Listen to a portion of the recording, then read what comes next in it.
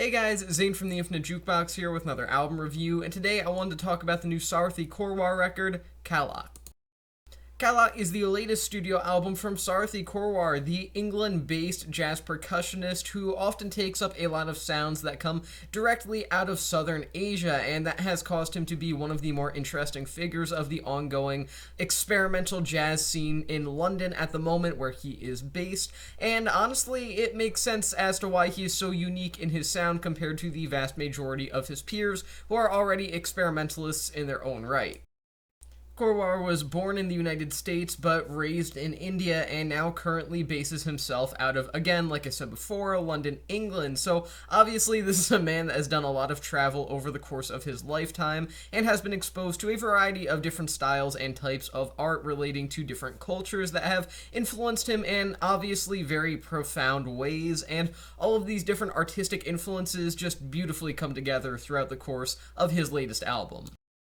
Korwar himself stated that this was supposed to be a sort of neo-futuristic South Asian musical experience, and now, if you're anything like me, any phrase that has the term neo-futuristic in it is immediately something that takes a steady grasp of your attention. I mean, really, this was already an intriguing album being made by an individual that has already gained my respect artistically by putting out some great records in the past, but the phrase neo-futuristic South Asian is something that feels very distinct and different from a lot of other jazz coming out of England at the moment.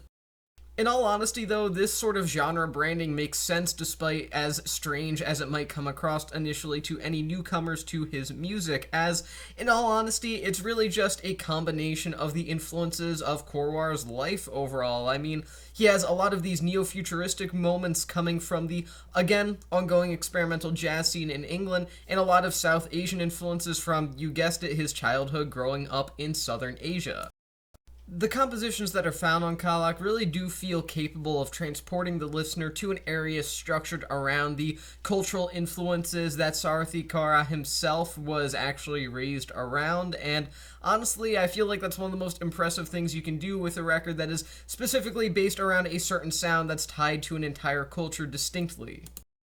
At its heart, you could argue that this record is Korwar himself taking a look at his cultural background and sort of nodding to it in the way that it has influenced his life, as well as discussing through the compositions and especially the song titles here, politically heavy topics such as injustice and corruption, things that I personally don't know enough about and don't have enough social or political experience in that realm to really go about in detail appropriately, as well as some other just general things like how we view the past of nations as well as how we view the future of those same nations. And honestly, this is just a pretty heavy record overall, and it's one that feels very raw in its own way, even though in and of itself it is extremely polished. There's still an emotional quality, and there's still a heavy amount of passion being put behind it, and you could argue that a lot of that does come from these very direct influences that Korwar is picking up. Now, with that being said, Sarathy Korwar does not still live in India. He now lives in London, England, and has, quite frankly, deeply woven himself in the experimental jazz scene of London, actually pretty heavily to the point that he doesn't necessarily get enough credit. Of course, the ongoing experimental London jazz scene features highly hyped up and well-beloved, both critically and publicly, performers such as Sons of Kemet, The Common is Coming, Polar Bear, etc., etc.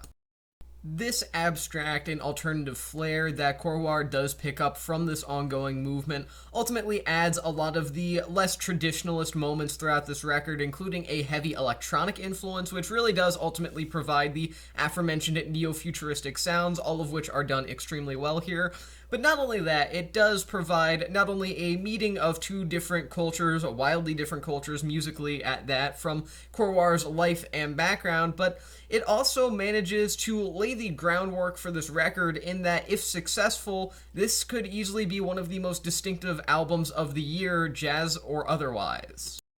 Thankfully, Kalak is an incredibly distinctive, incredibly successful record overall, and one that I'm genuinely shocked and impressed by. I mean, this is easily one of the most standout albums of the entire year, and that's saying something for a pretty great year of music with a lot of albums that stand out creatively and in terms of artistic integrity.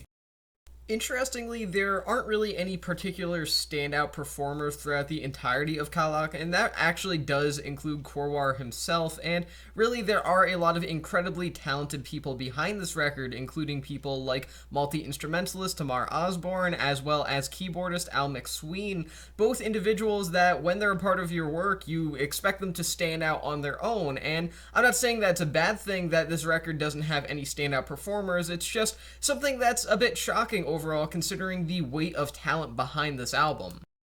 Of course, because of this, Kalak could have been a relatively drab outing overall with no standout performances, ultimately leaving me with not much to say, but the thing is, the cooperation of every single person here, whether it be Korwar or the people working with him, is actually the beauty of the album overall. The way that everything just sort of comes together and really delivers on this spiritual quality that easily could have been muted by the electronic influences or otherwise. This is just the kind of album where everything falls into place so perfectly that it's easy to forget that you're not really listening to anything that has a standout performer on it.